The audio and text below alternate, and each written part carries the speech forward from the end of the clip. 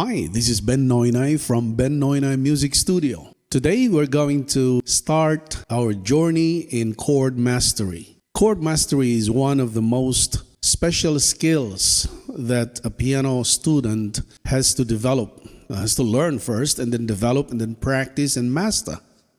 So chord mastery is a very important piano skill to develop. Okay, so how do we go about it? First, we have to start with the most common chord that most piano students have already used, and that is the chord of C major. Did you remember the three notes that composed the C major chord? Okay, so that's C, and then E, and then G. Okay, so C, E, G. If you play them together, you will have the C major chord. Now, we can develop other chords from the C major chord. Okay, so this is our basis.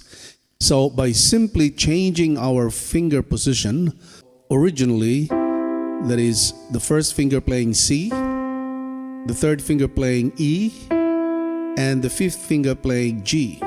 So we're going to change the third finger. We're going to use the second finger to play E, and we're going to use the third finger, change the fifth, to play G.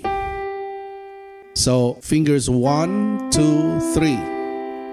So by doing this, we can add another note into the C major chord and form another chord. I'll start with the next in line, which is an augmented chord. So we call it C augmented, which means the fifth note, which is the G note, is being raised by a semitone. So it's going to go like this. It started from here.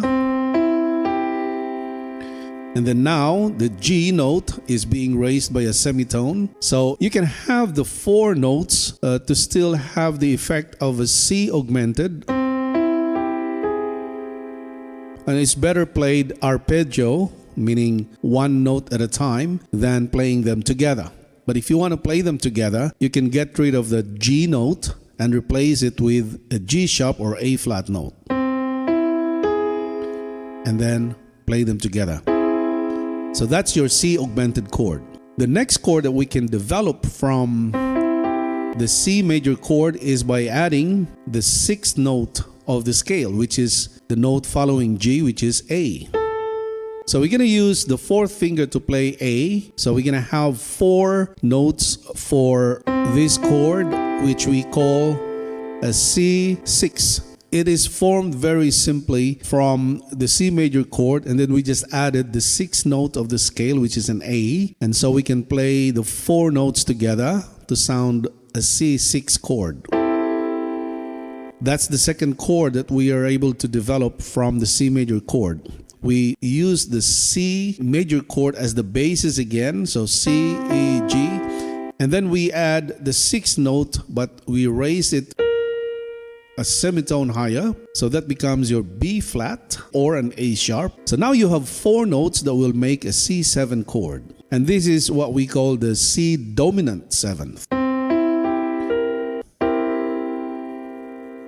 The next chord is based on the C major chord. We just simply add the seventh note of the scale without doing anything about it, which we now call the C major 7. By playing all the four notes together, you will have the C major 7.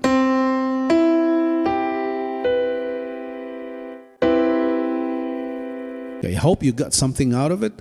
And if you like this video, don't forget to subscribe. And I'll see you in the next video.